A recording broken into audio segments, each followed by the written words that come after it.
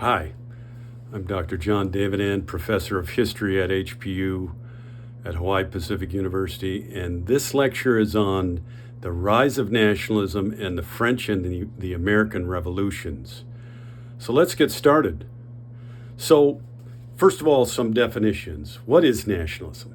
Nationalism is when people feel a sense of loyalty or patriotism, or in some cases, scholars have even used the word love to describe nationalism in the period from the 18th century onward. But it's this sense of kind of fealty towards this space, this geographical space, this landscape. And it's very different from previous centuries because, of course, loyalty was to the church, the Catholic Church or the Protestant Church, loyalty was to kings and emperors. So the concept of nationalism is a new thing in the late 18th century. And it becomes very quickly a very powerful thing. When we think about nationalism and the nation state, the growth of it in the 18th and into the 19th and 20th century, there are three stages to think about. There's an era of popular nationalism in the late 18th into the early 19th century, the period we're going to talk about today, the American, the French, and then, of course, the Latin American revolutions. And then, of course, in the late and late 19th century, then you have a set of revolutions and a set of developments within nationalism, which we call official nationalism. And this is when nations, the leaders of nations, kings and other leaders decide, we have to get skin in this game, otherwise nationalism will destroy us. So those leaders developed concepts of linking kings and monarchs to nations, and therefore when you express your loyalty to the nation, you expressed it through the monarch and through the monarchy, through that government. And they also started excluding certain people. Okay, the popular nationalism of the late 18th century, that was not really exclusive. But by the 19th century, nationalism excludes people on the basis of race, on the basis of ethnicity, and on the basis of language. So one example, in the Russian Empire in the late 19th century, the Russians impose official nationalism by banning the German language. There are lots of German immigrants to southern Russia, what is today the Ukraine. And these immigrants were allowed to use their own language, their own food, their own culture, and they were exempt from conscription. And so with the development of official nationalism, then the Russian Empire says, no, we're not going to allow that. They're going to be forced to learn Russian. They're going to be conscripted into the army. They have to become citizens, subjects of the nation. And so this is a powerful force.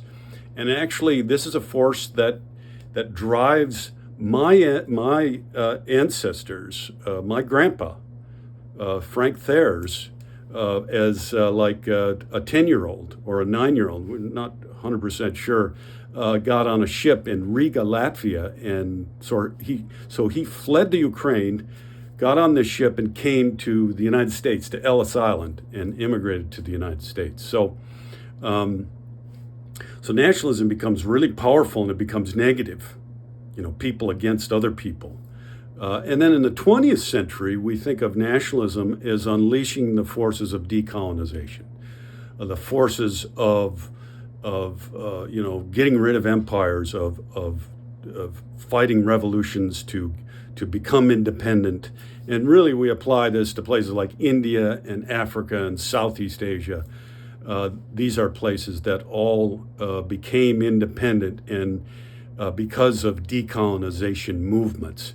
And those are nationalism movements in which the people being colonized, they get education in the West, they get knowledge in the West, and then they use that against the Western empires to declare their freedom, to kind of to create nationalism, this sense of national loyalty, which says that the British have to be kicked out of India.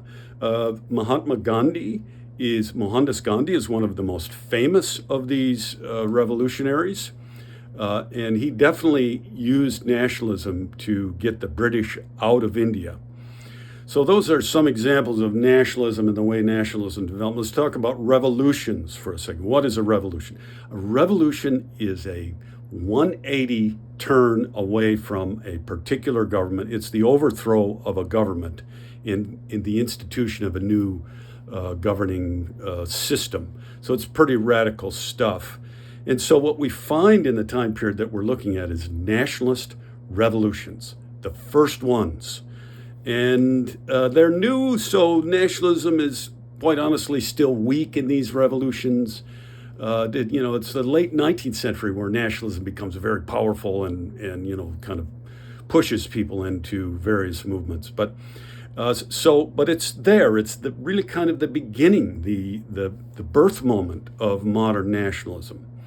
And it happens in both the American Revolution in 1776 and the French Revolution in 1789. So let's get into the revolutions themselves and talk about how these revolutions went. Now let's talk about the American Revolution first. The American Revolution was not primarily a nationalist revolution. Identity and kind of loyalty in the time period of the American Revolution was really towards the crown, the monarchy back in England. Americans really didn't think of themselves as kind of citizens of this new world nation, this North American nation. They still thought of themselves as subjects of the realm. The problem was that the realm, the British Crown, was imposing all kinds of new stuff on these American colonials. They were imposing new taxes. They were not allowing enough representation. Yes, the Americans had their own assemblies, but these assemblies could not rule on the issue of taxes that came from Great Britain.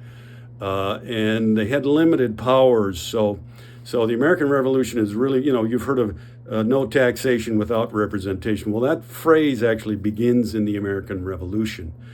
The revolution starts when the Boston colonists rebel against British control, and the British have imposed, new taxes on the colonists, and these are really hurting Boston because Boston is a seaport and is a big trading port with Great Britain, and so the Bostonians, they fight against this, and so the British crack down. They occupy Boston. They close the port of Boston. And before they do that, then the colonists, kind of the ultimate moment of resistance is when the colonists have their tea party, where they go out on ships, boats dressed as Indians, and they get aboard, they steal aboard these British ships that have big boxes of tea in them. This is tea from China that's to be sold within the colonies, but the colonies have to pay an extra tax on this tea. And so they're really upset about this. So the Tea Party types, they get on these ships and they dump the tea overboard, and that's when the British really crack down. Now the Americans declare their independence in 1776, and they're not really winning at this point. In fact, their army, well, they win a bit of a battle in Boston, but honestly, in New York, they really get beat badly, and they barely escape with their army. So the revolution is not really about winning this particular revolution. It's about not losing your army. But the other thing that the revolution is about, it's about ideals. So you have Jefferson's Declaration of Independence, which is about liberty and about people's rights to happiness and to life and to liberty and to, kind of an early form. That's not compared to like the civil rights movement, but it's an early form of, hey, I want to be free from control by outside forces, from control by an empire. And so it is about liberty. The other thing that happens in the revolution is you have what I'll call a ruling class in the New World that cannot rule. Okay, and this is Jefferson, this is Adams, this is Ben Franklin. This is all these revolutionary leaders, these what I'll call American aristocrats, who would like to have power. They would like to be colonial governor. They would like to, kind of be in a position of power, but they cannot, because the British only appoint their own into colonial governorships. And this is to protect the British Empire. They want their own in. They don't want these colonials from North America, because they don't quite understand them or know them. And so the other thing that motivates this is this aristocratic class joins the revolution. They actually lead the revolution. So it becomes a popular revolution because not only American aristocrats like Jefferson join it, but also merchants and others who are being hurt by taxes. They join the revolution. And then you have artisans, you have peasants, you have farmers. These folks join the revolution because they're being hurt economically. And there is a notion, there's a beginning of a notion in Thomas Paine's pamphlet, Common Sense, which is written at about the same time as the Declaration of Independence is declared, that talks about how this revolution could be an experiment in a new form of government, a form of government which is about a republic, not a monarchy, which declares its independence from monarchies and can be an example for the rest of the world. So it is a kind of an all-class revolution. The Americans eventually win their independence when the British tire out. The Americans don't really win lots of big battles. In fact, the British win more battles than the Americans do. But the Americans win when the British simply tire of the battles and they withdraw their troops and they settle. And that leads, of course, to the establishment of the United States of America. Now, let's talk about the French case. The French case is quite a bit different. Let's compare a little bit. Compare and contrast is a big thing in world history. The French, big country, 23 million people. The Americans, about 10% of that, about 2.3, 2.5 million people. The French at the center of Europe, really very important. The American colonies at the periphery, not very important at all. So it was a little bit easier for the British to let go of these colonies because they were not the most important colonies. That was the sugar colonies in the Caribbean. But France is this big country at the center of Europe, and so their revolution shakes the entire continent of Europe. It's in many ways a much more important revolution than the American Revolution. There are some similarities and differences in the way that the revolutions begin. Both revolutions are about money. The American Revolution is about taxes. The French Revolution is also about taxes because the aristocrats in France do not pay taxes, and this is really unfair. The peasants are overburdened with taxes, and this is part of why there's a revolution. But there's also the issue of the debt of the French government. The French government has been running a debt since the early 18th century, and they add to this debt when they actually help out the Americans in their revolution. And so by 1789, then they have to do something to solve this problem. And this is why the king calls the assembly into being. And then, of course, the assembly kind of transmutes into a national assembly, which opposes the king. And that's how the French Revolution begins. Leadership. Now, there's the issue of leadership really favors the American revolutions. You have leaders who are they're interested, even devoted to the cause of revolution. They've kind of placed their bet with the colonies against the British Empire, and if they lose, it'll be their heads. So that's a big deal with the American revolutionaries. The French government has poor leadership. Okay, and the king is not a great leader. He has ministers who continually fail, and so the French suffer from bad leadership. It's part of the reason why they have a revolution. Ideology. Now, the American Revolution, the ideology of the revolution is about liberty. It's about the Declaration of Independence. So it's a kind of Declaration of Rights.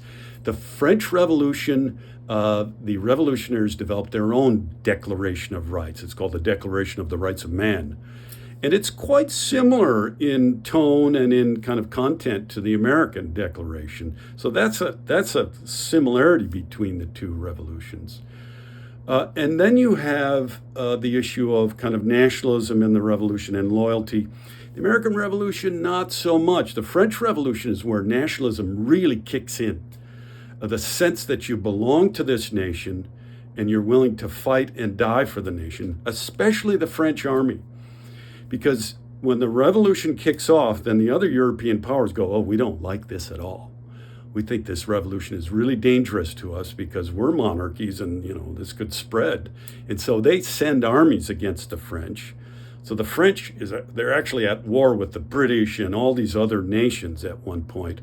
And they have to get a very big army. And so what happens is they begin to conscript their own people. What had been typical for armies, even in the American Revolution, is that at least some of the soldiers are mercenaries.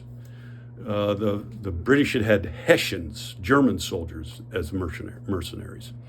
So the French don't use mercenaries. They actually use a conscript army, and it's based upon loyalty to the country.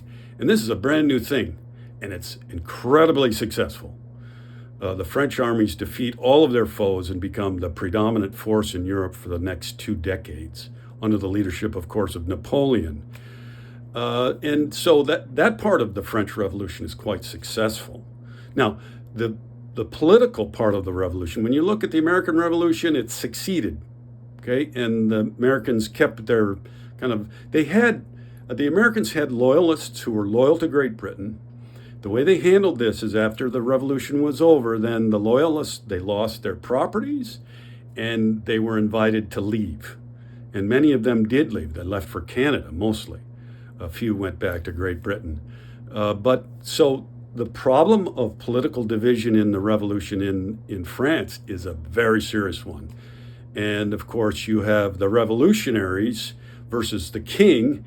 And eventually the revolutionaries say, the king tries to escape the country.